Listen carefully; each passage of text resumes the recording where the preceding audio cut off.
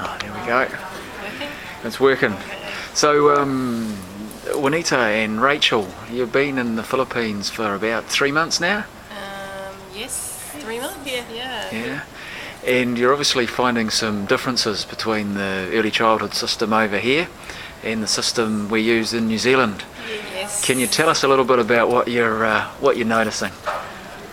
Okay, for me, I feel like I'm actually more like a primary school teacher here.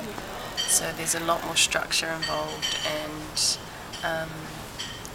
a lot, it's kind of hard to, I guess, to teach in the same style you'd teach in New Zealand. Over here, it's very different, so yeah, just a lot more structure. A lot more structure and different focus. So it's more about the children learning how to write, how to read, and learning the alphabet and things like that compared to New Zealand. Cool. And how about you, Rachel? Yeah, I'd definitely say the same as Juanita. It's a lot more structured than New Zealand, and because I work with the infants in New Zealand as well, so working with 3 and 4 year olds and teaching them the same stuff we'll teach at primary schools is a lot different. But yeah. Yeah, all right. So tell me about a typical day in the early childhood over here. When we arrive about 1:45. They're in the Discovery area, which is a free play area.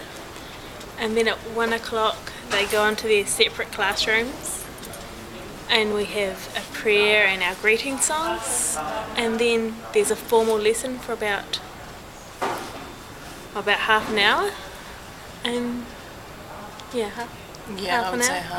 Half an hour, and then they do an art activity, Right. which is also very structured, down to the teacher telling the children what colour to colour their pictures in. How to dip and wipe. You dip and wipe your paintbrushes for your glue. Right, yeah. And then for my class we then have snack time, and then we'll go to a different area of the centre depending on the day and spend about half an hour allowing the children to do what the area involves. So Right. in the LRC, which is kind of set up like a kindergarten back home,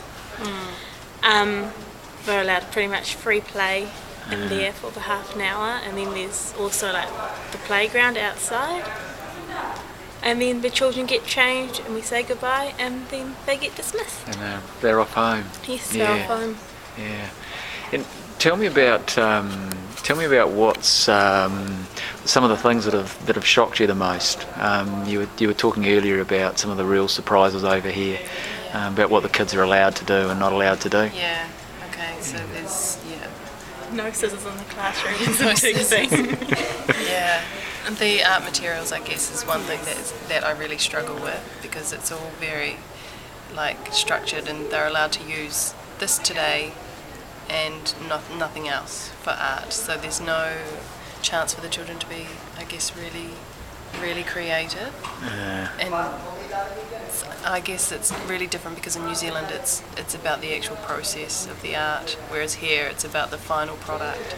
So their artwork all looks the same, right? So it's hanging on the wall, but you would never, unless it's named, you'd never be able to tell whose was whose, compared to New Zealand children's artwork, I guess. Yeah. Cool. So that's one of the main sort of differences that I found. Yeah, in the outdoor area, I guess, because I love the outdoor areas and kindergartens in New Zealand. And the outdoor area is very plastic, I guess. Like a lot of the equipment that the children are allowed to play on, it only sort of serves one purpose. There's a slide. Yeah, it's a slide. You go up the ladder and down the slide. Yeah, they don't. That's it. Yeah.